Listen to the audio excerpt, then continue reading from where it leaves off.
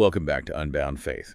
I gotta say, diving into Genesis like this really makes you appreciate, the little details. We just finished that incredible creation story, right? Yeah, Genesis 1, pure poetry. Exactly. And just like that, we're on to chapter 2, and it feels like the whole tone shifts, doesn't it? It does a little bit. It's like zooming in on this like high def close up, from this massive cosmic panorama to the very personal creation of humanity. I like that, a high-def close-up. And speaking of details, it's interesting how Genesis 2 starts.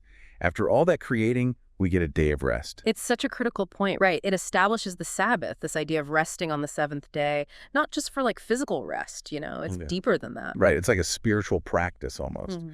But what do you make of God resting, like God needing a break? Yeah, it's almost like a symbolic thing. It's God setting this rhythm for us right from the very beginning. Creation, rest, work, rest, this ebb and flow built into existence. I like that, this rhythm of existence. And speaking of a place of rest, chapter 2 takes us straight to the Garden of Eden. Right, to paradise. Yeah. And the way it's described, so lush and vibrant, I don't know about you, but I can almost like smell the garden. It's true, there's something about gardens, even today. They just draw us in, don't they? They do. It's like this primal connection we have to nature. Gardens represent peace, abundance, harmony. I think they remind us of like a longing for that original connection. Absolutely. Yeah. And it's from the earth itself, from the dust of the ground, that we get the creation of Adam. It is, which is so interesting when you think about it. We always talk about, being made in God's image, but there's also this very real, very physical connection to the earth. Right, like this reminder that we come from something. We're not just poof out of thin air. Exactly. It's both humbling and awe-inspiring, right? Formed from dust, but given the breath of life. And shortly after, Adam gets busy naming all the animals. Now that has to say something, right? About humanity's role. Oh, absolutely. That naming of the animals, it speaks to dominion. We are caretakers, stewards of the natural world. But at the same time, there's a responsibility there, right? A balance we have to find. Dominion and responsibility. And speaking of balance, it's also in the garden that God makes a pretty profound statement. He says, "It is not good for man to be alone." It's the first time in Genesis that something is called not good. That's how important this is. It really is. It makes you think, like, why is that so crucial? Why is being alone not a good thing in this context? Because we are relational beings at our core. Humans are wired for connection, to share experiences, to love and be loved. And the way Eve is created, it's remarkable. Not from the dust like Adam, but taken from his rib.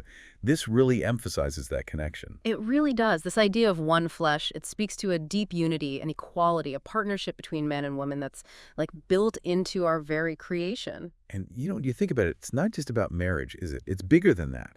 This yearning for that connection, that feeling of oneness. It's deeply human, that desire for closeness, to know and be known so completely. And yet, even in this beautiful garden, there's a vulnerability to Adam and Eve.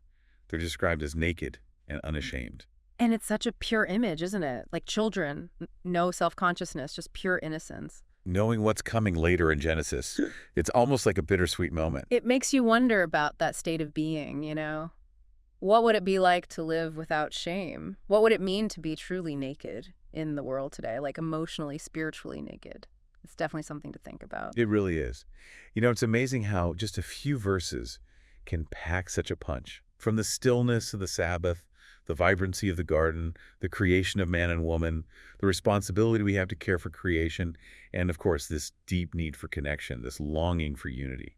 It's a beautiful and challenging chapter. Absolutely. And on that note, may you carry these reflections with you as we continue to explore the book of Genesis in our next deep dive. This has been Unbound Faith. Peace and blessings to you.